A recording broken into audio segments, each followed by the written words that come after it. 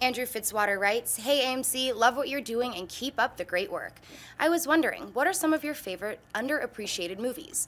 I really love the movie Stardust with Robert De Niro and Michelle Pfeiffer, but I never heard much about it when it came to theaters." Miri, what's some of your underappreciated movies? Put me right on the hot spot, Dennis. Yeah. Well, speaking of Robert De Niro, one that comes to mind is the king of comedy. You know, it's hilarious. Scorsese, and you know, I know a lot of people that are film nerds love it, but I don't think a lot of the general public knows about it. Another Scorsese one is After Hours. I don't know why I'm coming up with only the Scorsese movies.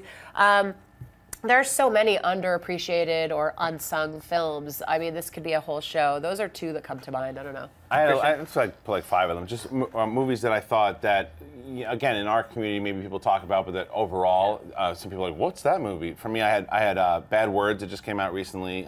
Dark City, which is a movie that I love, which is actually the first Matrix. Yeah, it was. When I saw The Matrix, I was like, hey, that's Dark City. And then Moon. I don't think enough people talk about Donald Jones. That's on my list. Yeah, Moon is one that I think that more people should see if you've never seen it before. Seven Psychopaths was one that I think is very underappreciated. A lot of fun. And Dread. The most recent Dread that came out, I thought really underappreciated and I'm hoping it gets a sequel.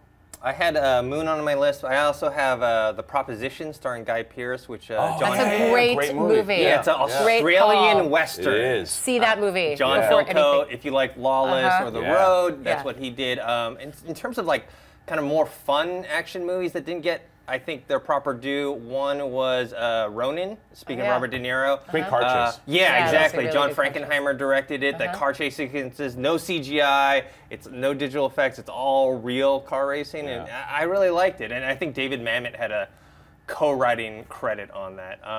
Also, The Rundown by Peter Berg, starring The Rock. Before The Rock became, I mean, he was already big from WWF, but he wasn't a huge movie star yet, and that was the one where I saw it, and I was like, wow, he's going to be a huge movie star, and then the next movie he did, I think, was...